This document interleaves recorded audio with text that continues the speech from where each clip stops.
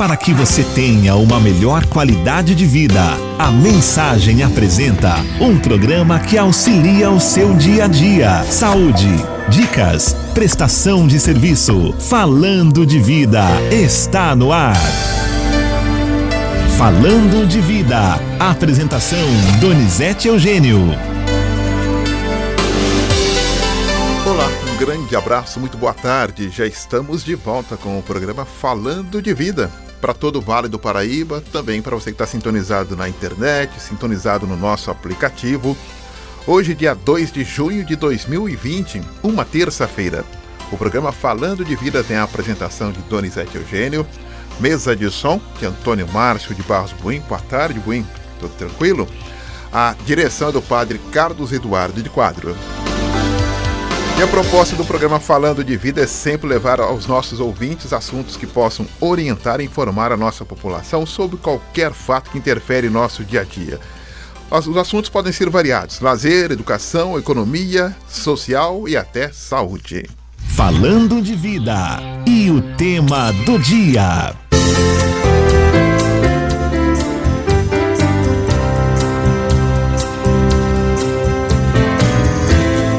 A Covid-19 é uma doença causada pelo coronavírus, que apresenta um quadro clínico que varia de infecções assintomáticas a quadros respiratórios graves. De acordo com a Organização Mundial de Saúde, a maioria dos pacientes com Covid-19, cerca de 80%, podem ser assintomáticos e cerca de 20% dos casos podem requerer atendimento hospitalar por apresentarem dificuldade respiratória, e desses casos, aproximadamente 5% podem necessitar de suporte para o tratamento de insuficiência respiratória. O coronavírus é uma família de vírus que causam infecções respiratórias. Hoje, no Falando de Vida, vamos entender um pouco mais sobre as causas, o porquê, os motivos e quais as consequências do Covid-19. Ligue e participe!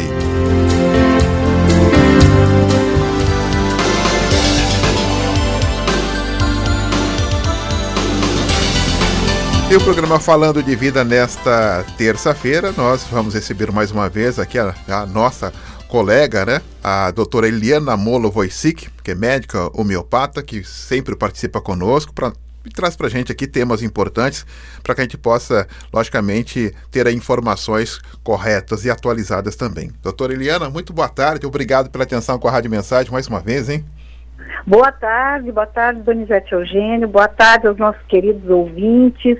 Na verdade, eu vou falar como que esse vírus, não é só o coronavírus, qualquer vírus, como é que ele dá um jeito de entrar na célula das pessoas e fazer os estragos que faz. Eu quero que as pessoas entendam o mecanismo de ação de um ser tão pequeno que nem microscópio comum enxerga, Donizete. Só microscópio eletrônico consegue ver o vírus, você acredita? Olha que coisa.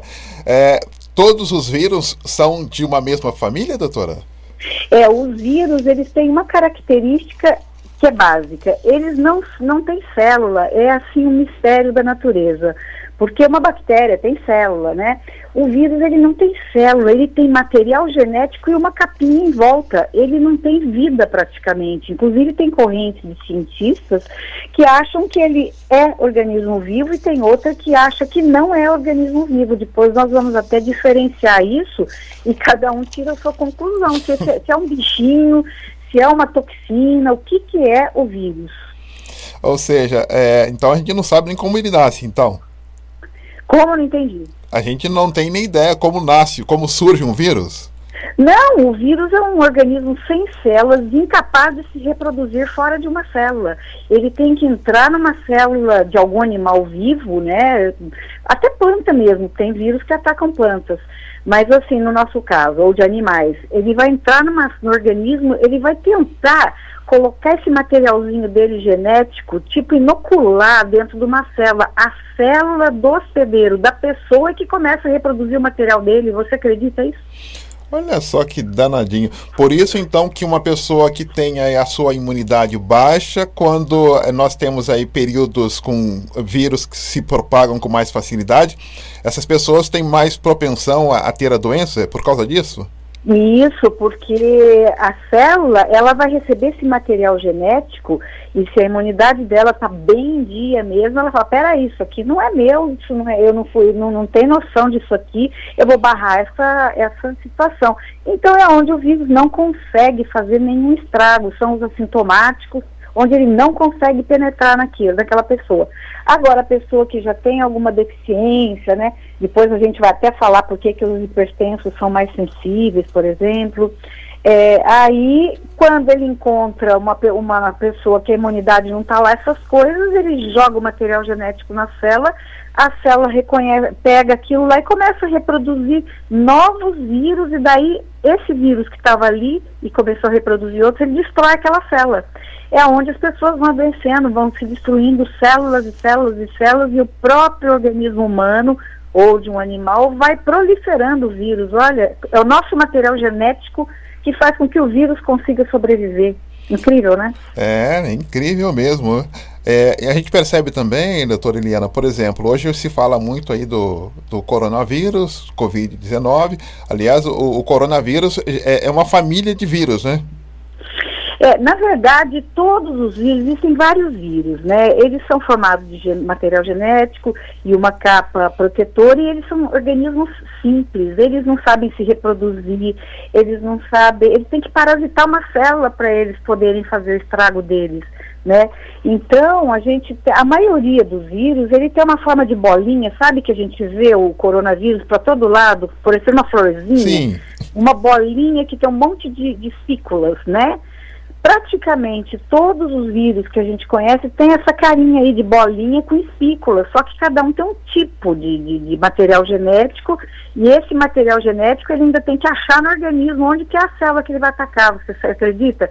Sem inteligência ele consegue ainda achar que célula que ele tem que achar. Por exemplo, o vírus da raiva do cachorro, né, que é transmitida pelo cachorro, ele vai procurar exatamente as células suscetíveis a poder fazer o processo da raiva, da doença. Assim como tem o da hepatite, o rotavírus, que dá diarreia, do sarampo, da dengue, cada um é um vírus diferente, mas todos eles têm essa carinha aí. O problema do nosso coronavírus aí é a capacidade de contágio dele, essa que é o pior dele, é a capacidade de contágio. E esse é muito rápido, né? Ou seja, passa muito rápido de uma pessoa para pessoa, e é como se ele realmente buscasse uma forma de sobrevida nesse vírus, né? Ele tem um contágio muito rápido, a grande diferença dele é isso. Mas se você vê, parece que a mortalidade dele é 7%, né? Mas é que ele contagia tantas pessoas que morre muita gente, mas é 7%, vamos dizer, de 100 morre 7. Né? Só que a gente vê milhões de infectados, milhares de infectados. Então, em milhares, você pega aí 7%, vai dar um monte de mortos, entendeu? Uhum. Mas ele em si, ele é um vírus, né? Como o da influenza, tanto é que ele é conhecido como o influenza 2, né? SARS-2. Ele produz a síndrome aguda respiratória. Um é influenza, e o 2 é um parecido com a influenza, e o 2 já é o Covid. Olha só. Hoje, falando de vida, então, destacando com a doutora Eliana Mola essa forma de vida, né, do vírus. E, logicamente, aí como ele se propaga aí na nossa geração, na nossa humanidade. Até chega uma pergunta aqui bacana da Cida, do Bandeira Branca, e até para a doutora Eliana nos explicar. Ela sugere aqui, agradece pelo programa, pelo tema, e uma dúvida dela é se o vírus, né, no caso aí do Covid, como ele é tão pequeno, nós usamos as máscaras como orientação. Por que a gente usa as máscaras? Ou seja, a boca e o nariz são os pontos de entrada de qualquer vírus, ou desse vírus em específico, doutora? Bom, da maioria deles, mas desse específico, tanto é que a hepatite você tem que manter as mãos limpas, não é? O resfriado, a dengue já tem um mosquito que é um vetor, você entendeu? O mosquito da dengue, ele coloca dentro do organismo, pela trombinha dele, o vírus. Então o vírus já entra pela trombinha do mosquitinho da dengue. Então cada vírus tem uma forma de achar o caminho dele, né? Mas as máscaras, qual a causa? Primeiro, para a gente não emitir gotículas e nem aspirar gotículas numa conversa. Às vezes uma conversa com 10 centímetros de distância sai um monte de gotículas quase que invisíveis e lá pode estar carregado de coronavírus ou de outros vírus. Tanto é que gripe é meio contagioso também, né? Por que ela aumenta no inverno? Porque está todo mundo fechado, está tudo frio, as janelas estão fechadas, então as pessoas estão próximas e o vírus fica pertinho para se propagar de uma pessoa para outra. Uhum. E agora, e a máscara, ela ajuda a gente a não esquecer e pôr a mão na boca, por exemplo. Às vezes você pegou numa maçaneta que está contaminada. Se você está com máscara, a chance de você esquecer pôr a mão de repente na boca, mas você não encontra a boca direta, é uma proteção também para a pessoa. Tem muita gente que resiste a usar máscara, mas na verdade é uma grande proteção para a pessoa e para o próximo que está do lado. E no caso, doutora Eliana, quando a gente coloca a mão na boca ou no nariz, esse vírus já vai rapidamente procurando se acomodar no nosso organismo, buscando algo para ele se alimentar, então, né? Ah, sim, ele não nem se alimenta, porque ele é um organismo de estrutura tão simples que ele não tem esse negócio de se alimentar, ele não tem metabolismo, quer dizer, ele não tem, a bactéria ainda metaboliza substâncias, entendeu, que ela encontra e vai deixando dejetos no organismo, mas o vírus, ele nem se alimenta, ele quer só reproduzir, ele só quer se espalhar. E quando ele se espalha, ele destrói a célula que ele usou para se reproduzir, é onde as doenças vão deteriorando o organismo e os órgãos, entendeu? Uhum. Então, ele quer a meta dele é se reproduzir. Ele tem que multiplicar. Ele não come, ele não respira, nada. Que coisa, viu? Tão pequenininho e só via microscópio que a gente consegue observar essa forma, né? Mas é microscópio eletrônico, que nem tem, é só as universidades, os institutos de pesquisa. Aquele microscópio que a gente vê em qualquer laboratório não enxerga o vírus, você acredita nisso? É só mesmo microscópio eletrônico, de altíssima potência. E quando vocês vão olhar as imagens do microscópio eletrônico, elas são sempre assim, aquelas bolinhas, sabe? Uhum. Com espinhozinhos. Sempre, praticamente são sempre assim. Porque eles têm essas espiculinhas que eles vão inocular nas células, né? Então, doutora Eliana, por isso então a dificuldade de encontrar aí, por exemplo, uma vacina tão rápida, porque no caso a vacina tem que praticamente matar esse vírus de uma vez por toda, porque senão ele se multiplica. Não, a vacina ela funciona da seguinte maneira, ela vai fazer com que ela é feita com material biológico, eles pegam algumas amostras de alguma secreção, de alguma coisa da pessoa que foi infectada, aí eles vão produzir em forma bem assim fraquinha a concentração do vírus. A pessoa que vai tomar a vacina, ela recebe aquela vacina, o organismo imunológico dela pega e já vai contra isso, porque é bem fraco. Então o organismo consegue fazer anticorpos. Então quando ela é infectada de verdade, o organismo já tem memória. Ele já falou, pô, já encontrei isso alguma vez. Ah, isso é aquele vírus, eu vou lançar todos os meus anticorpos para combater o vírus. Então a cura é mais rápida, ou então a pessoa não chega a ter a doença. Então o princípio da vacina é isso, é fazer uma memória para aquele organismo se lembrar, quando ele encontrar de verdade o vírus, que ele já encontrou algo parecido. Olha como é. Que coisa. Eu me lembro que logo no início, quando se falava desse coronavírus, aí do Covid-19, muitos especialistas diziam que no norte e nordeste ia demorar a chegar por conta da temperatura. Mas me parece que ele se adaptou bem no Brasil aí e não tem nada a ver, né? Porque a temperatura que eles falam, porque eles achavam que era em lugares mais frios que ele gostava, mas na verdade, se alguém espirrou ali perto e a pessoa tem o vírus naquela saliva, calor ou frio, ele vai dar um jeito de penetrar num outro indivíduo que será o hospedeiro dele, né? Mas se a gente estava falando em vacina, eles também estão procurando remédios que possam... lá nos Estados Unidos eles já descobriram uma proteína que tem um formato de espinho na superfície do Covid. Tem uma proteininha lá que parece um espinho.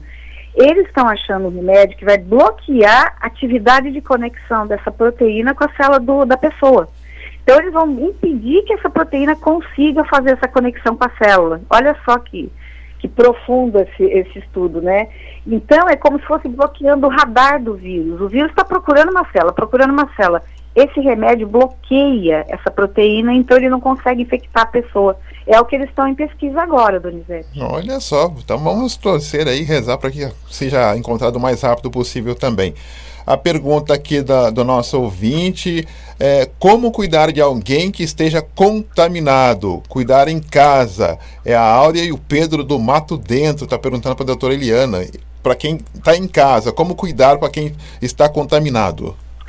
Por exemplo, tem a pessoa que ela fez o teste e deu positivo, mas ela está perfeitamente saudável, ela não apresenta nenhum sintoma. Então não é um caso onde uma pessoa vai ser isolada ou vai para um hospital, porque nem cabe todo mundo que está só contaminado, né?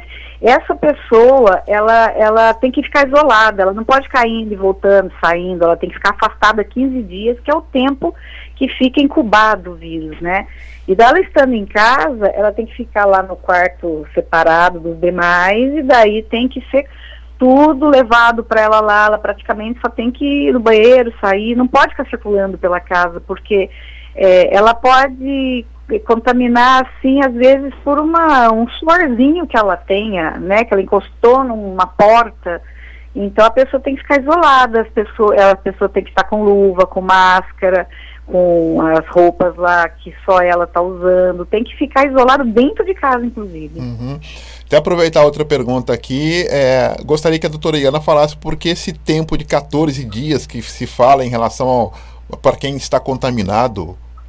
Porque é o seguinte, porque é o tempo que ele pode eliminar esse vírus. Se ele não está com a doença, esse vírus em 15 dias, se não conseguir produzir sintomas nele, ele vai perder essa força, ele não vai conseguir mais. É o tempo de incubação que a gente fala, é o tempo que ele fica ali naquele organismo tentando fazer a doença, mas se ele não consegue, então ele acaba perdendo a força naquela pessoa, e daí a pessoa passa a não infectar mais, porque o vírus dentro dela já não existe mais, né? E isso teoricamente, né, Donizete?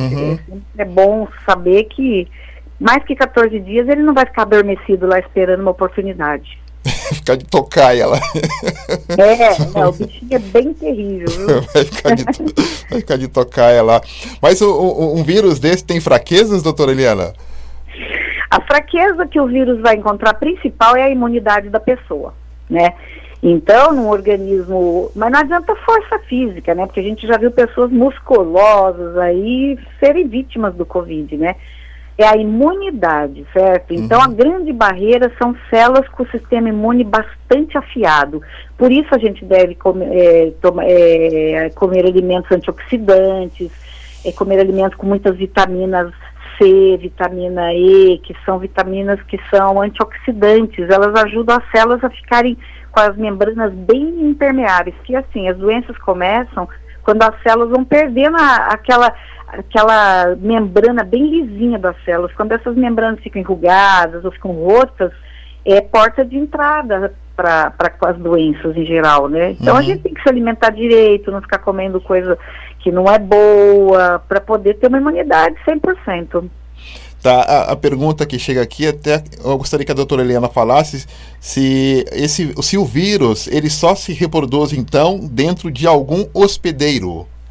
Dentro de uma célula, de um hospedeiro e de uma célula, né? Claro, a gente é feito de células, então ele pode entrar no organismo, ele tem que dar um jeito de entrar na célula da pessoa, entendeu? Por isso que ele vai inocular o material genético para essa célula trabalhar para ele. Você entendeu? Ele não é capaz de se reproduzir sozinho. Sozinho, ele não consegue nada. Agora, com o material genético dele dentro de uma célula, essa célula, se ela não estiver muito esperta, ela vai começar a reproduzir vários vírus, entendeu? Porque ela vai reproduzindo o material genético do vírus às custas dela, olha só. Ele é um parasita, você acredita? Microscópico, extremamente microscópico. Mas é um parasita, inclusive é uma forma de vida muito simples, não tem nenhuma complexidade, ao contrário de uma bactéria, que já tem mais complexidade. Olha só. Doutora Eliana, mas sendo um parasita, hoje já se sabe, pelo menos, o tempo que ele tem de vida fora de um corpo, de um parasita, de uma célula? Por exemplo, a gente espirrou na mesa, num plástico, já se sabe mais ou menos quanto tempo de vida ele tem fora? Já tem uns estudos que estão analisando isso, mas parece que uma vez que ele está no ar, uma pessoa espirrou, ele fica assim vivo, ele fica disponível para infectar alguém por 6 a 7 minutos. Depois ele desidrata a barreira que ele tem, porque ele é assim, ele é material genético e uma capinha. Uma capinha que tem lipídios, é uma capinha gordurosinha. Então, quando você lava a mão com sabonete, com detergente, você quebra essa capinha de gordura, ele fica exposto e morre na hora, né? Ou morre, não é morrer, mas ele fica inativo, né? Então, existem estudos que dizem que no material ele dura mais tempo, mas assim, os elevadores, viu, é um lugar fechado, as pessoas têm que tomar um cuidado imenso com os elevadores, tá? Eu dou uma dica muito boa para todo mundo, assim, existem umas luvinhas de uso culinário, não é aquela luva de borracha, né? É uma que parece um saquinho de supermercado, uma luvinha para você amassar, mexer com coisa que você não queira sujar a mão. Você compra no supermercado e toda vez que você for pegar uma entrega na frente da sua casa, ou que você pegar o elevador, você põe a luvinha que já é uma barreira para sua mão, né? Não é sua mão direto que está indo lá. Porque aí depois você tira ela e mesmo assim lava a mão e passa álcool. A proteção é muito maior se você usar essa luvinha sempre que sair de casa. Então a doutora Eliana já dá uma dica muito boa aí para quem mora em condomínio e tem elevador, né? É uma dica importante aí, porque às vezes a gente esquece no elevador, alguém que está assintomático já desceu e você desce logo em seguida, tossiu, espirrou lá no elevador e você entra, né? E aí fica a situação complicada, né? Aí você aperta o elevador com a sua mão. Isso. Aperta o seu dedo, sem aquela luzinha e tal. Aí você não põe álcool gel imediatamente, só que você coça seu nariz sem querer, pronto, você está trazendo o vírus para dentro. Aí depende da sua imunidade se ele vai fazer estrago ou não, né? E o que a gente tem visto é que não tem idade, não tem nada para o vírus. Antigamente, é só idoso, é só pessoa com doenças também. Mas teve um caso recente, não sei se todos viram, mas tinha a mãe de 45 anos e a filha de 17. E a mãe, as duas pegaram a doença, o Covid, e a mãe ficou viva e a moça morreu com 17 anos, sem nenhuma doença pré-existente. O que tinha ocorrido é que essa moça tinha ficado com o avô alguns dias no hospital, que ele esteve internado com pneumonia. Nessa época que começou tudo. Então você vê, todo cuidado é pouco, porque nesse caso a gente vê pessoas com 100 anos saindo, né? Você viu algumas pessoas com 100 anos que conseguem driblar o vírus e saem bem de lá do hospital? Então, todo cuidado é pouco. Como a doutora Eliana sempre fala aqui no nosso programa, da questão da preocupação com a imunidade, independe da idade a imunidade, né, doutora? Pode ter 90, 100 anos, mas se você se cuidar realmente, é nessas horas que a gente sabe como a gente está, né? Então, agora, vamos voltar um pouquinho de uma polêmica que diziam que alguns pesquisadores dizem vírus são organismos vivos, outros pesquisadores falam vírus não são organismos vivos. Os que falam que são vivos, eles justificam que ele tem RNA e DNA, que isso aí é material genético. Toda a genética humana é baseada no RNA e no DNA. As nossas proteínas são somatório do RNA, do DNA, e eles têm isso. Então, alguns dizem, não, ele é vivo porque ele tem esse material genético. E, além disso, os que defendem que ele é um organismo vivo, dizem que ele é capaz de evoluir, ele se muta, né? Ele se adapta, ele sofre mutações com o tempo. Então, esses dizem, não, ele é vivo porque ele consegue se adaptar, né? E os que dizem que não, dizem que eles não têm célula, e todo organismo vivo tem célula, né? E ele também não possui metabolismo, tipo, ele pega, digere lá uma substância. Então, todo organismo vivo tem metabolismo. E eles precisam de uma célula de outra para reproduzir. Então, tem gente que acha que ele não é vivo, tem gente que acha que sim. Na verdade, é um mistério esse bichinho, viu? E quando ele ataca, nem o corpo humano, às vezes, é capaz de aguentar tamanha atuação. Mas a gente pode dizer que ele tem, então, a composição dele é gordura e proteína? É material genético. A proteína, ela é vinda do material genético, DNA e RNA. Então, eles têm material genético, que pode se tornar proteína, né? Mas eles têm o material genético solto lá, por isso que ele precisa da célula para sintetizar a proteína. Entendeu? E daí, quando ele acha que ele já fez estrago dele, ele destrói aquela célula e outros vírus se formam e vão destruindo outras células e o organismo vai indo embora, né? Então... Tá. Pergunta chegando lá do Taquari, Zona Norte de São José, que é do João Bosco. Boa tarde para você, João Bosco. Doutora Eliana Molo, muito boa tarde. Eu gostaria que a senhora falasse sobre o espirro, se ele ajuda a eliminar algum vírus. Ah, sim, o espirro, e olha, ele elimina, se a pessoa tiver contaminada, ele elimina bastante, porque ele ainda tem uma projeção, né? Porque o espirro, ele ainda tem aquela projeção da força do espirro, que uma gotícula, assim, de uma secreção do nariz chegaria num X. Se a pessoa espirrar, ela é arremessada para quase 30 centímetros, né? Além da pessoa. Isso pode contaminar a parede de um elevador, isso pode contaminar uma pessoa próxima, ou, por exemplo, no supermercado, né? A pessoa espirra perto de um saco de farinha lá. Aquele saco de farinha lá já recebeu aquelas gotículas. Vai ficar o quê? Uns 6, 7 minutos aquilo ali, naquele saco de farinha plástico lá. Mas daí se a pessoa, em 1 minuto, foi lá, pegou com a mão dela, pôs no carrinho dela e coçou o nariz, ela trouxe para ela o vírus. Então, por isso, o contágio é muito, muito intenso por conta disso, né? O João está dando aqui um retorno para a gente, dizendo que ele espirra muito com facilidade. Por isso tem que usar máscara, né, doutora? Todo mundo tem que usar máscara, viu? Agora, para ele ficar tranquilo, ele tem que fazer o teste na farmácia lá, o teste de Covid, para ver se tem ou não tem, mas... Teste rápido, mas não acredito que tenha, né? Mas sempre a máscara é proteção para todo mundo, né? É para ele. Agora, e para os outros. Sabe, ô Donizete, a palavra vírus, ela vem da palavra do latim, vem do latim, significa veneno ou toxina. Isso que quer dizer em latim, vírus? Ah, tá. E corona e coroa? Isso. Então, coronavírus é o veneno em forma de coroa, a toxina em forma de coroa, porque ele é todo cheio de espículazinhas, como uma coroa antiga. Deixa eu aproveitar aqui também a pergunta da nossa ouvinte aqui, que não se identificou. Ela pergunta, por exemplo, ela está sem fome, uma pessoa que fica sem fome, no caso aí que quando está detectado positivo do coronavírus, fica sem fome.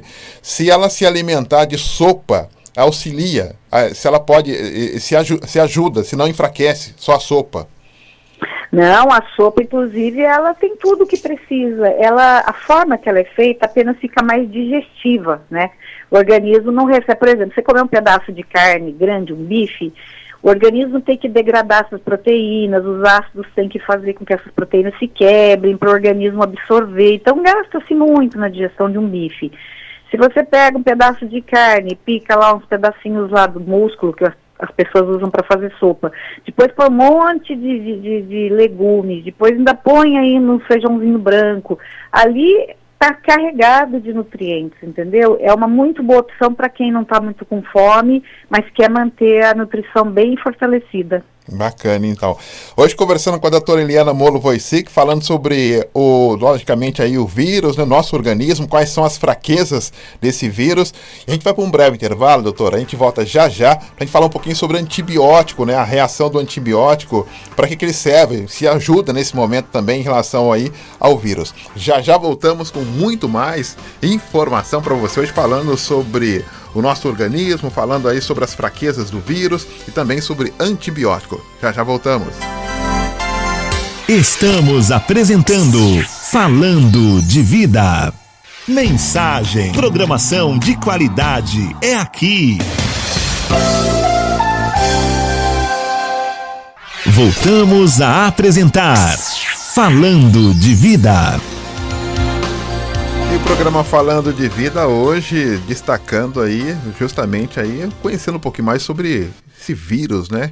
Hoje a gente está aprendendo um pouquinho mais sobre como ele ataca o nosso organismo, quais são as suas fraquezas e, logicamente, a nossa forma de proteção por conta desse vírus, né? Lembrando aí que o vírus, como a doutora Eliana Molo já disse pra gente, né, que ele precisa, logicamente, invadir o nosso organismo para reproduzir, né? Logicamente, aí para se reproduzir. E quanto mais fraquinho a gente está, aí tem uma situação muito mais complicada. Doutora Eliana, a senhora disse no último bloco, em relação que ia explicar pra gente o porquê que esse vírus escolhe as pessoas mais debilitadas. Por exemplo, pessoa hipertensa, qual que é a relação com o vírus? É porque tem muitos remédios que diminuem a pressão, que eles trabalham numa enzima. O que acontece? A pessoa, quando tem pressão alta, ela tem uma substância chamada angiotensina que estreita as artérias. Então, existe alguns remédios antihipertensivos que chamam inibidores dessa enzima. Então, eles entram e fazem essa enzima diminuir no organismo, e daí com isso existe uma dilatação das artérias, das veias. Então, melhora a parte da pressão, né? Só que descobriram que esse vírus aí, ele acaba influenciando nas pessoas que têm essa enzima mais baixa. Essa enzima ajuda a proteger, vamos dizer, contra a angiotensina ajuda a proteger contra o vírus. E a pessoa que toma remédio de pressão alta, ela tem que abaixar essa enzima para poder a artéria ficar mais dilatada, e daí não existe, teoricamente, essa proteção, entendeu? Mas não é que, eu tomo remédio de pressão, agora eu estou perdido, eu vou ter. Não é isso. São estudos que acharam que a pessoa que tem pressão alta e toma alguns desses remédios fica um pouquinho mais sensível ao coronavírus, mas nada é, assim, garantido, né? Eu estou perdido. Não é. Eu só falei aqui o porquê que eles falam, hipertenso, grupo de risco. É mais pelo remédio que diminui a angiotensina. Ah, tá. E o antibiótico pode ser utilizado, serve nesse momento? Não adianta, sabe? O antibiótico, o que ele pode melhorar são infecções secundárias que possam se instalar por conta de toda uma debilidade do organismo. Porque, é como eu falei, o vírus, ele não é um organismo vivo. Ele é um material genético. Então, o que tem que achar são medicamentos que bloqueiam a capacidade dele ter esse radar de onde que ele vai fixar lá aqueles tubinhos dele. Mas isso é tudo, não é que ele é inteligente, a bactéria já é mais, ela já tem um sistema de reprodução. Então, o que você vê? A pessoa que está com infecção urinária, se ela tomar um antibiótico que é direcionado principalmente para uma sinusite, às vezes não vai funcionar. Você já sabia disso? Às vezes o antibiótico que funciona para sinusite não funciona para uma infecção urinária. Por quê? Porque o tipo de bactéria ali responde à atuação daquele tipo de antibiótico. Então, por isso que os médicos mudam o antibiótico que eles dão. Eu vou dar esse aqui, mas para isso é outro antibiótico, porque o mecanismo de ação é diferente. A bactéria, ela sofre ação segundo o mecanismo dela, o antibiótico correto. Você entendeu o que eu falei aqui? Entendi. Então, e esse vírus ele não tem uma reprodução para você bloquear como a bactéria. Então, por isso, senão seria fácil, daria antibiótico, estava tudo resolvido, né? Normalmente, o que acontece? A pessoa pegou Covid lá, a mais importante situação é manter a capacidade respiratória dela, por isso os respiradores, porque o vírus ataca assim, de maneira absurda as células do pulmão. Né?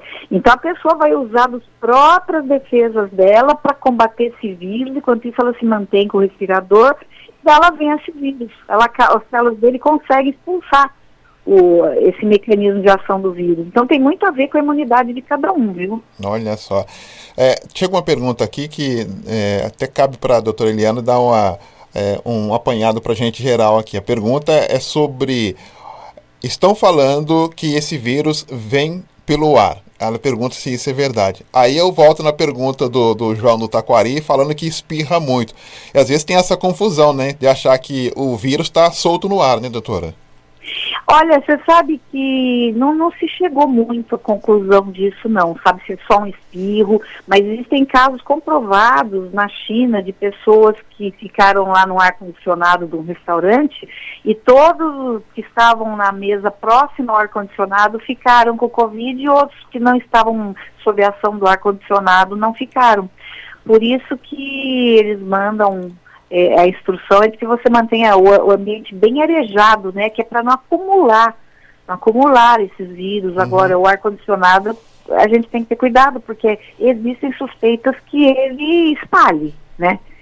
Então, tem tudo isso. Ele ainda é muito desconhecido, né? Porque é uma forma diferente de ação, esse vírus. Mas, quer dizer, o mecanismo é aquele, pegar uma célula e fazer coisa errada lá. A questão é que muitas pessoas são contaminadas. Esse é o problema maior. A pergunta da Rose, lá de São Silvestre. Doutora Eliana, por gentileza, para fazer caminhada bem de manhã, é necessário que eu use também a máscara? A máscara sempre é necessária. Isso daí é uma garantia maior de proteção que você tem. Mesmo que não tem ninguém, está bem espalhado, eu acho assim que não custa nada colocar a máscara. Eu não vou dizer, não, é arriscado sim, é perigoso. É difícil você definir, mas como ele está muito sob estudo ainda, eu acho que o melhor lugar para não usar máscara é em casa. Saiu de casa, eu acho que tem que ter a máscara, até porque a gente não sabe bem. Amanhã ou depois eles falam, esse vírus ele está no ar, ele fica 2 horas no ar, e se alguém passou ali, espirrou, né? Então, por desconhecimento ainda em relação a ele, eu acho que deve usar máscara até para caminhada mesmo. E tem um detalhe importante, por exemplo, nós estamos no mês 6, hoje é dia 2, 6 meses, praticamente 7 meses aí que se fala aí do coronavírus, e o mundo todo já chegou no mundo todo. Então há uma rapidez muito grande em relação a essa contaminação, e não se sabe realmente de informações concretas do que realmente aconteceu, né, doutora? Porque agora eles começaram a flexibilizar. Agora eu vou falar uma coisa muito importante aqui, de todos os países do mundo. O único país que realmente fez assim um isolamento absurdo foi Nova Zelândia. Nova Zelândia fechou tudo. Fechou construção, fechou restaurante, fechou bar, fechou tudo. Eles fecharam tudo, fecharam os limites da Nova Zelândia, aqui ninguém entra, ninguém sai, e fechou tudo. Sabe que eles não têm mais nenhum caso lá, e eles tiveram pouquíssimos casos. Isso, segundo os defensores do isolamento, significa que se você realmente não ficar entrando e saindo de uma loja, entrando e saindo aqui, entrando e saindo ali, a chance da doença se propagar é muito pequena. Então, Nova Zelândia foi o grande exemplo de vitória, mas também eles foram rígidos ao extremo, desde o início. Não entra, não sai, e não pode nem construção, e não pode nada. Difícil, né? Difícil, mas... É difícil. E o Brasil vive um desespero, né? Todo mundo querendo sair. Ontem nós já tivemos aí a flexibilização, já vimos um cenário interessante lá no calçadão da Rua 7 em São José, já vimos um cenário interessante em Jacareí, muita gente nas ruas, né?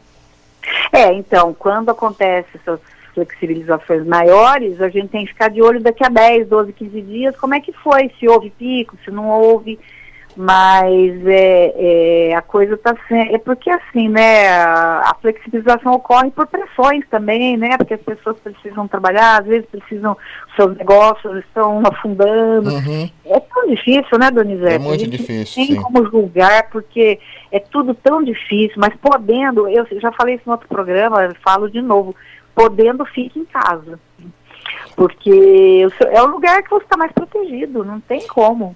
Doutora, por exemplo, a gente está falando sobre esse mecanismo do vírus, eu acho que a grande dúvida de todo mundo, eu já peguei o vírus, já deu positivo, já passei a quarentena, eu posso pegar de novo? Então todo mundo tem essa dúvida, né, sobre isso. Isso é uma coisa em estudos ainda, Donizete, porque é uma coisa nova, né? As pessoas vão estudar aqueles que tiveram e que já passou o tempo de contágio. Isso tudo são coisas que vão ser ainda observadas. Mas você sabe que eu estou atendendo por telemedicina, né? Eu estou atendendo só via remota, porque o meu consultório mesmo está fechado há 2 meses. Eu estou atendendo por videochamada, né? Os convênios, pessoas que eu atendo normalmente, porque é um entra e sai, e você nunca sabe, você não consegue higienizar o tempo todo, a cada segundo, né? Então e tem paciente que fala para mim, nossa, graças a Deus que a senhora está atendendo assim, porque eu estava com medo de ir no seu consultório. Eu estava com medo de levar criança lá, né? Diferente, por exemplo, de um ginecologista que tem que fazer exame, ou então de um cardiologista que precisa fazer o eletro, né? Agora, a homeopatia a gente consegue resolver os quadros, as medicações, conversando com a pessoa, né? Claro que um caso emergencial tem que ser visto por algum médico presencial, mas assim, nas consultas normais eu tenho conseguido fazer bem por telemedicina, que foi liberada pelo governo, né? Isso mesmo. Doutora, até para a gente fechar aqui, eu acho que um sintoma recorrente em todo mundo que é testado positivo no Covid é a questão da febre. Por que tem essa febre? É o organismo tentando reagir contra essa invasão, né? Entendeu? O organismo, a febre é sempre um mecanismo de defesa, tá? Por exemplo, uma criancinha, o dente vai nascer, ali existe um processo inflamatório na gengiva, o organismo faz febre. Né? A pessoa, ela começa a se resfriar, o organismo faz febre. Então a febre é um mecanismo de defesa, uma sentinela. Ela quer tentar barrar aquele processo. Então ela quer ajudar a imunidade a liberar substâncias que ajudem a controlar a proliferação ou da bactéria ou do vírus. Então a febre é sempre uma defesa, né? É um sentinela. Olha, eu estou tentando combater também. Então tem isso. O Antônio ligou o rádio agora, está acompanhando o programa, e ele gostaria que a doutora Eliana reforçasse para ele, por gentileza, sobre a caminhada. Como é que ele deve proceder na caminhada dele? É o seu Antônio.